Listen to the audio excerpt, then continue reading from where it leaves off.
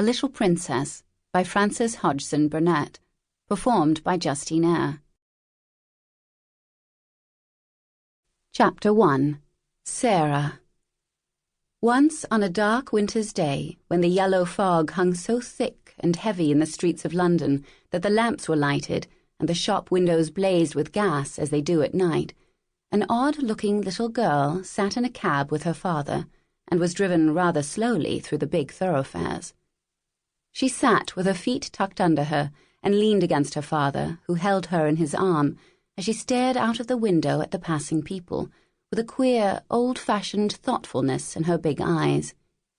She was such a little girl that one did not expect to see such a look on her small face. It would have been an old look for a child of 12, and Sarah Crewe was only 7.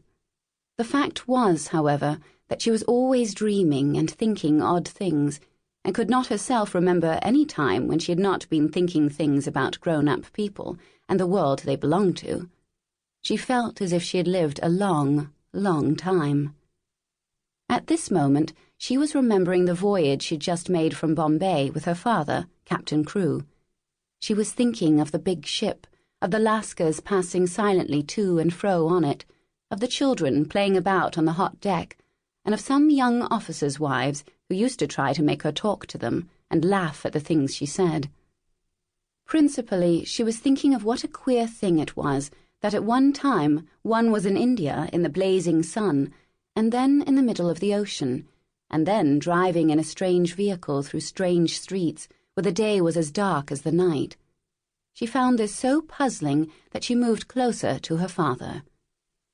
"Papa," she said in a low, mysterious little voice which was almost a whisper. "Papa." "What is it, darling?" Captain Crewe answered, holding her closer and looking down into her face. "What is Sarah thinking of?" "Is this the place?" Sarah whispered, cuddling still closer to him. "Is it, Papa?" "Yes, little Sarah, it is. We have reached it at last." And though she was only 7 years old, she knew that he felt sad when he said it.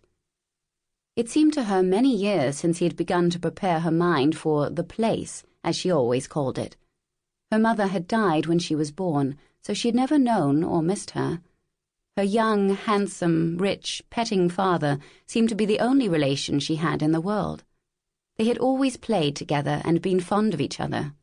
She only knew he was rich because she had heard people say so when they thought she was not listening, and she had also heard them say that when she grew up, she would be rich too. She did not know all that being rich meant. She had always lived in a beautiful bungalow and had been used to seeing many servants who made salams to her and called her Missy Sahib and gave her her own way in everything. She had had toys and pets and an ayah who worshipped her, and she had gradually learned that people who were rich had these things. That, however, was all she knew about it. During her short life, only one thing had troubled her, and that thing was the place she was to be taken to some day. The climate of India was very bad for children, and as soon as possible they were sent away from it, generally to England and to school.